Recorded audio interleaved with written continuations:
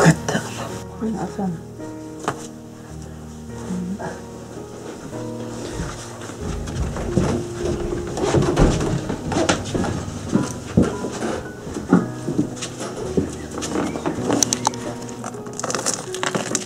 Şu balam düşündü, özü çıkaldı, düşündü bir adam karısız jardan berip, eşkap çıkalız.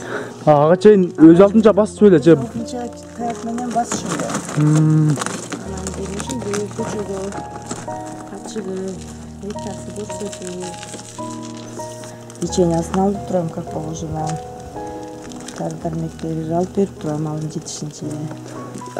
Айтат постоянно айтчу кичинекейимде, ошо мектеп окуп жүргөндө мен чоңойгондо физик болом же математик болом депчи. 6-класска чейин аябай жакшы окуйт эле. Башы кыйын иштейт эле. Математика жактан, физикадан, тарыхтарды жакшы билет эле. Ошо кыялымда ошентип айтып жүрчү. Физик болом же математик болом деп. Ошо 6-класста лестницадан жыгылып кулап түшүп, омурткасы кичине жабыркаптыр. Анан гипотомографияларга түшүрсөк, операция деп айтышты бизге. 3 жеринен дуу кетип, нерв кысылып, эмне болуп калган деп. 6-класста жыгылган. Анан сиздер качан билдиңиздер мындай оорунун белгилери качан байкалды? Оорунун белгилери ошо 6-класста чото бутун аксап басып жүргөн да, басып калды. Анан мен ага чын айтсам анча деле көңүлдү бурбаптырмын эми. Азирет, өзүң сүйлөй аласыңбы? Эмне болуп жыгылып түштү эле айтып бере аласыңбы? Урматтуу көрүүчүлөр, ушул оорудан улам мына сүйлөөдө дагы бир топ маселелер жаралып, сүйлөш дагы аябай кыйын болуп атыптыр, өзү көргөнүңүздөр. 6-класста ушундай ооруга чалдыкса, мектепте окуусу кандай болду? Ошо 6-га чейин эле окуду, андан кийин окууга бара албай калды. Окууга барган жокпу? Окууга барган жок. Сиздер ушул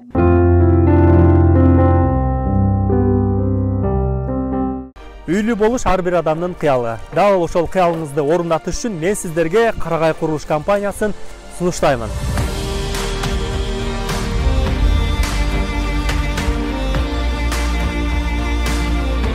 Эмне себептен деп ойлонушуңуз мүмкүн. Анткени бул курулуш компания акыркы үлгүдөгү жабдуулар менен курулууда. Бул жаңы курулуп жаткан үйдө газ, свет, ТЭЦ, бардык чарбалык жумуштарынын бардыгы чечилген. Карагай курулуш компаниясынын документациялык иштеринде көйгөй жок, бул жактан 100%га кепилдик берилет.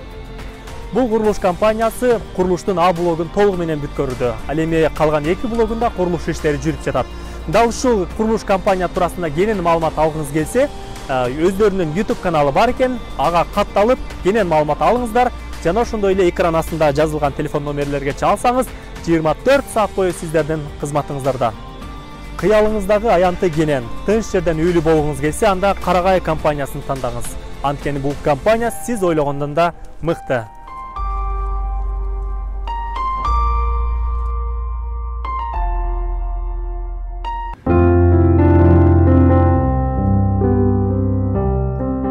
Саламатсыздар, урматтуу көрүүчүлөр. Ыйык Рамазан айыңыздар менен туткан орозоңуздар кабыл болсун.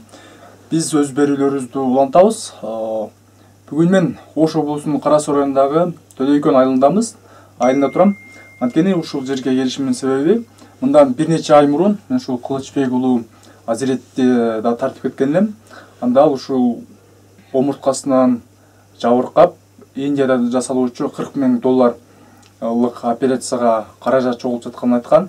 Бүгүн биз дагы ушул Ыйык Рамазан айында дагы бир жолу Азиретке келдик. Мурдагы берүүдө Кудайга шүгүр өтө көп болбосо дагы кайсыл бир деңгээлде жардам болуптур, чогултуулар болуптур, акча каражаттары негизинен жакшы эле, бирок жанагы $40,000 азырынча таптакыр акча чамалай элек. Неме дагы бир жолу ушул көңүлүңүздөрдү буруп туруңуздар. Эже саламатсызбы? Саламатчыл. Өткөнкү берүүдөн кийин канча каражат чогулттуңуздар? Чогулду, элден жардам болду, пайдасы тийдиби дегендей? Жардам болду, Кудайга шүгүр, 1000 мерте. Бирок толук топтоло элек ал айтылган акча. Ошо дагы элден жардам сурап кайрылып жатасыздар. Кайрылып жатабыз. Анан айтсаңыз, ушул мурдагы берүүнү көрбөй койгон, балким эсинен жип кеткен көрүүчүлөргө эске салып кетсеңиз, балаңыз эмне болуп ооруп жатат, эмне болуп ооруп калган, анан толук айта кетсеңиз ушул тууралуу.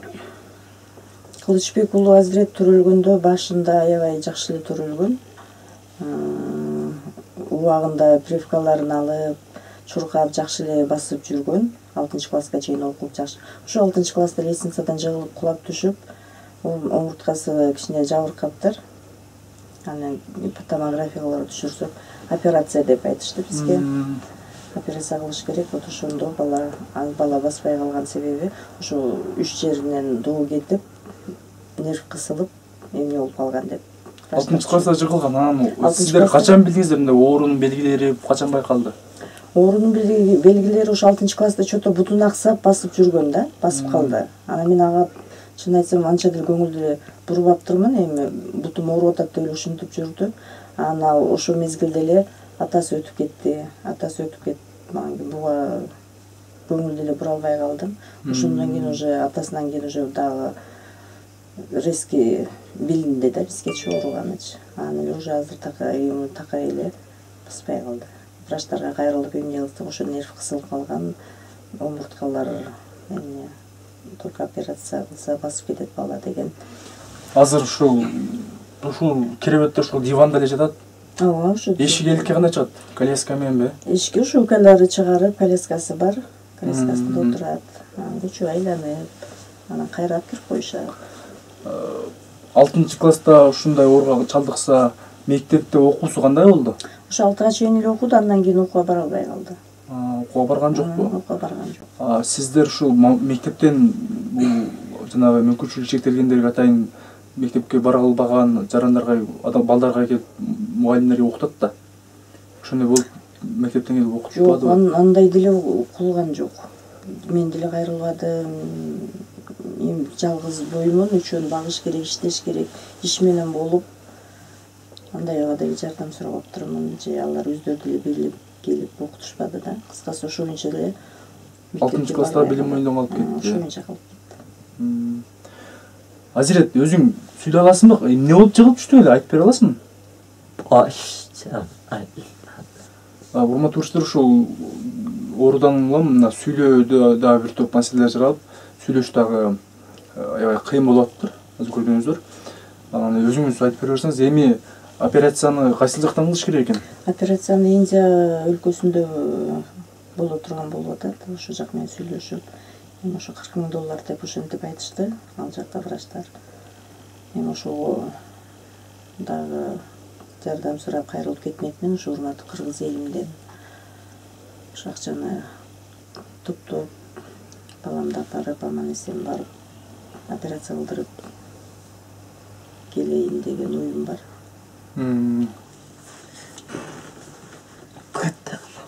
Афан.